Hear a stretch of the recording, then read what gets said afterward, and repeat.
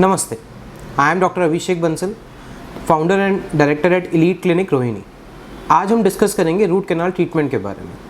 RCT क्या है, हमें क्यों करानी है, कराने की ज़रूरत है या नहीं है, इससे कैसे बचा जा सकता है और अगर करा ली है तो किन चीज़ों का हमें ध्यान रखना है। आरसीटी को समझने के लिए सबसे पहले हमें दांत की एनाटमी को समझना पड़ेगा। दांत की एनाटमी मतलब दांत का बेसिक स्ट्रक्चर क्या है।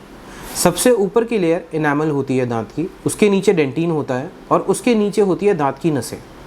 जो कीड़ा लगता है वो सबसे बाहर की लेयर से लगना शुरू होता है, जिसे हम इनामल कहते हैं। जब कीड़ा इनामल में होता है या डेंटिन तक होता है तो हम उसे रोक के उसकी जगह फिलिंग कर सकते हैं, लेकिन अगर हमने उसकी रोकथाम नहीं करी तो ये कीड़ा बढ़ते बढ़ते नसों तक पहुँच जाता है। जब ये नसों तक पहुँचता है तब हमें नसों का इलाज अर्थात आरसीटी करने की ज़रूरत आती है। जब हमें आरसीटी करनी होती है तो हम दांतों के अंदर की नसों को निकाल के आरसीटी को कंप्लीट करते हैं। एक दांत के अंदर 1 से लेकर 6 नसें तक होती हैं। आरसीटी करते समय एक डेंटिस्ट सारी नसों को निकाल के उसकी जगह आर्टिफिशियल मटेरियल भर देता है। अगर ये मटेरियल ढंग से भरा हुआ हो और सारी नसें ढंग से निकाल दी गई हों तो आरसीटी में कभी दोबारा पेन नहीं होता है। अगर आपकी पुरानी आरसीटी में पेन हो रहा है तो इसका मतलब है कि आरसीटी सही तरह से नहीं हुई है। अगर एक बार अच्छी तरह हो जाए तो उसमें दोबारा पेन नहीं होता है। आरसीटी करने के बाद हमें दांत की कंडीशन को देखना पड़ता है कि उस पर क्राउन लगाने की ज़रूरत है या नहीं है।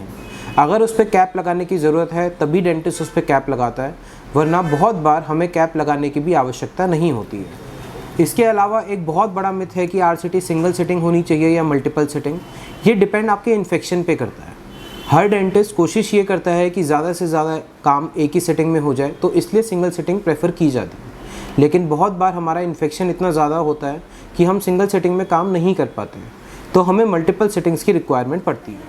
अगला सबसे बड़ा क्वेश्चन है, आरसीटी में पेन होता है या नहीं होता है। जब हम आरसीटी शुरू करते हैं तो हम दांत को एनेस्थीसिया देके सुन्न कर देते हैं। सुन्न करने के बाद उसमें किसी भी प्रकार का कोई दर्द नहीं होता है और जब तक हम आरसीटी ख़त्म करते हैं उसके बाद हम कुछ मेडिसिन दे देते हैं जिससे उसका पेन ख़त्म हो जाता है। अगला क्वेश्चन हर पेशेंट आके ये पूछता है कि आरसीटी में एंटीबायोटिक्स खानी ज़रूरी है या नहीं है। नहीं, ऐसा बिल्कुल भी ज़रूरी नहीं है। हम 100 में से सिर्फ 10 पेशेंट्स को इन्फेक्शन होता है तो हम एंटीबायोटिक देते हैं, वरना एंटीबायोटिक की ज़रूरत नहीं होती है। बिना एंटीबायोटिक की ज़रूरत के ही आरसीटी ख़त्म हो जाती है।